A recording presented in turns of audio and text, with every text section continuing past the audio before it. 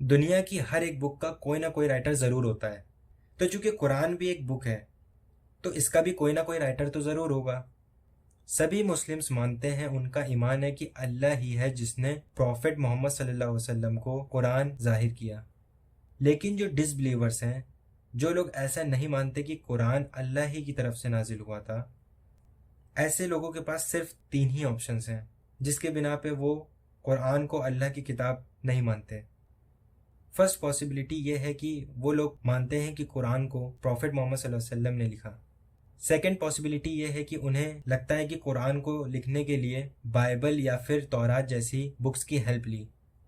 Third possibility ये है कि क्रिश्चियन या फिर जूइश ने प्रॉफिट मोहम्मद सल्लल्लाहु अलैहि वसल्लम की कुरान लिखने में मदद की होगी।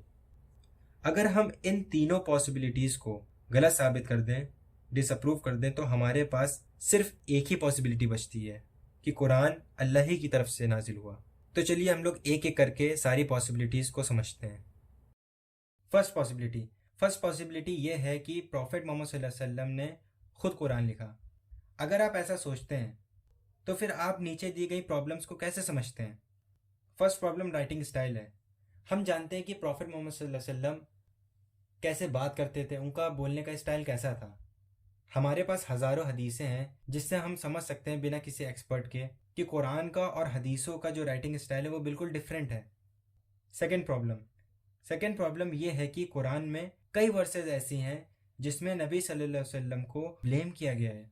फॉर एग्जाम्पल सूरह तौबा वर्स 43, अल्लाह तुम्हें माफ़ करे, तुमने बेशतर इसके तुम पर वो लोग भी जाहिर हो जाते हैं जो सच्चे हैं और वो लोग भी तुम्हें जाहिर हो जाते हैं जो झूठे हैं, तो इनको इजाज़त क्यों दी। सूरह तहरीम वर्स नंबर 1, ए पैगंबर सल्लल्लाहु अलैहि वसल्लम, जो चीज़ अल्लाह ने तुम्हारे लिए जायज़ की है तुम उससे कनारा कशी क्यों करते हो। क्या इससे अपनी बीवियों की खुशनुदी चाहते हो, और अल्लाह बख्शने वाला है, मेहरबान है।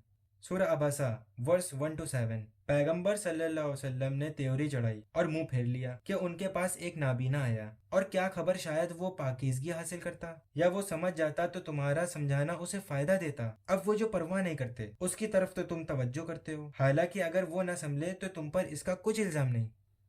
अगर प्रॉफिट मोहम्मद सल्लल्लाहु अलैहि वसल्लम ने कुरान लिखा होता तो वो खुद को इन वर्सेस में ब्लेम क्यों करते। Third problem third problem prophecies हैं जिसको पेशन गोइयां भी बोलते हैं। कुरान में कई प्रोफेसीज हैं जिन्होंने फ्यूचर इवेंट्स को बताया। फॉर एग्जाम्पल सूरा रूम वर्स 2 and 3, रूमी हारेंगे और वो मगलूब होने के बाद अनकरीब गालिब हो जाएंगे।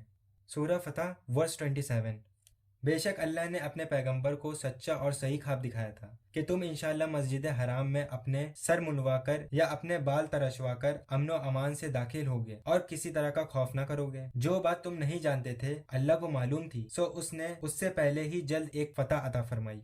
तो अगर कुरान को प्रॉफिट मोहम्मद सल्लल्लाहु अलैहि वसल्लम ने लिखा होता तो उनको फ्यूचर इवेंट्स के बारे में कैसे पता था। फॉर एग्जाम्पल अगर वो किसी फ्यूचर इवेंट को बताते और वो ना होता तो इससे तो उनका स्टेटस खत्म हो सकता था। वो ऐसा रिस्क क्यों लेते। फोर्थ प्रॉब्लम ये है कि वही का देर में आना कुछ इंसिडेंट्स को लेकर। फॉर एग्जाम्पल जब एक यहूदी नबी सल्लल्लाहु अलैहि वसल्लम के पास आया और उनसे गार वालों के बारे में पूछने लगा, लेकिन सल्लल्लाहु अलैहि वसल्लम ने कहा कि मैं कल जवाब दूंगा, वही की उम्मीद में, लेकिन इंशाअल्लाह कहे बिना, और इसीलिए वही में देरी हुई। इसके अलावा जब नबी सल्लल्लाहु अलैहि वसल्लम की बीवी पर इल्जाम लगाया गया था तो वही में देरी हुई थी, जो कि नबी के लिए बहुत डिफिकल्ट टाइम था। अगर वो कुरान लिखने वाले होते तो क्या इन सिचुएशंस में जवाब देना और लोगों के सामने अपना और अपनी बीवी का नाम साफ करना उनके लिए आसान ना होता। ये सिर्फ दो इंसिडेंट्स हैं, इसके अलावा कई इंसिडेंट्स ऐसे थे जिनमें मोहम्मद सल्लल्लाहु अलैहि वसल्लम को वही का इंतजार करना पड़ता था।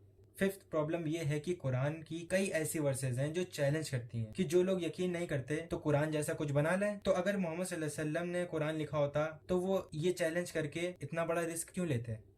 सिक्स प्रॉब्लम यह है कि कुरान में नबी सल्लल्लाहु अलैहि वसल्लम की कोई भी पर्सनल इंफॉर्मेशन नहीं है, ना ही उनकी जिंदगी के बारे में, ना बीवी बच्चों के बारे में, बल्कि कुरान में नबी सल्लल्लाहु अलैहि वसल्लम का नाम सिर्फ 4 टाइम्स आया है। लेकिन मूसा अलैहिस्सलाम का जिक्र कुरान में 136 टाइम्स हुआ है। ईसा मसीह अलैहिस्सलाम का भी डजन्स ऑफ टाइम कुरान में मेंशन है, और इब्राहिम अलैहिस्सलाम का, नूह अलैहिस्सलाम का, और जितने भी दूसरे नबी हैं उनका कुरान में कई बार मेंशन हुआ है।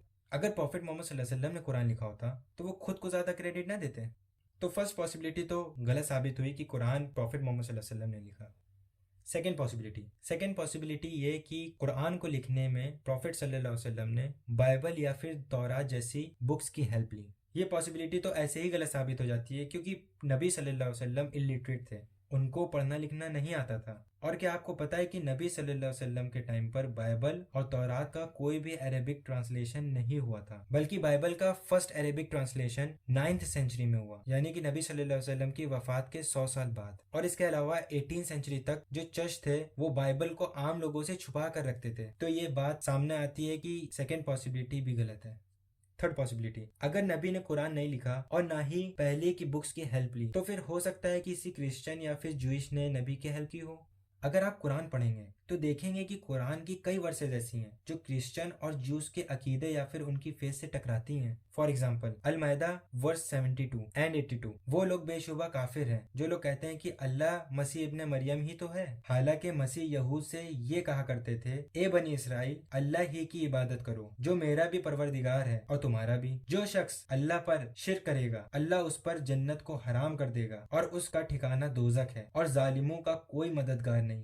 वर्स 82, ए पैगंबर तुम देखोगे कि मोमिनों के साथ सबसे ज्यादा दुश्मनी करने वाले यहूदी और मुशरिक हैं, और दोस्ती के लिहाज से मोमिनों से करीबतर उन लोगों को पाओगे जो लोग कहते हैं कि हम नसारा हैं, ये इसलिए कि इनमें आलिम भी हैं और मशाइख भी, और ये कि ये तकब्बुर नहीं करते। सारी पॉसिबिलिटीज आपके सामने हैं जो कि लॉजिकली गलत साबित हुई। तो ये साबित हो गया कि कुरान एक ऐसी बुक है जो अल्लाह की तरफ से नाजिल हुई।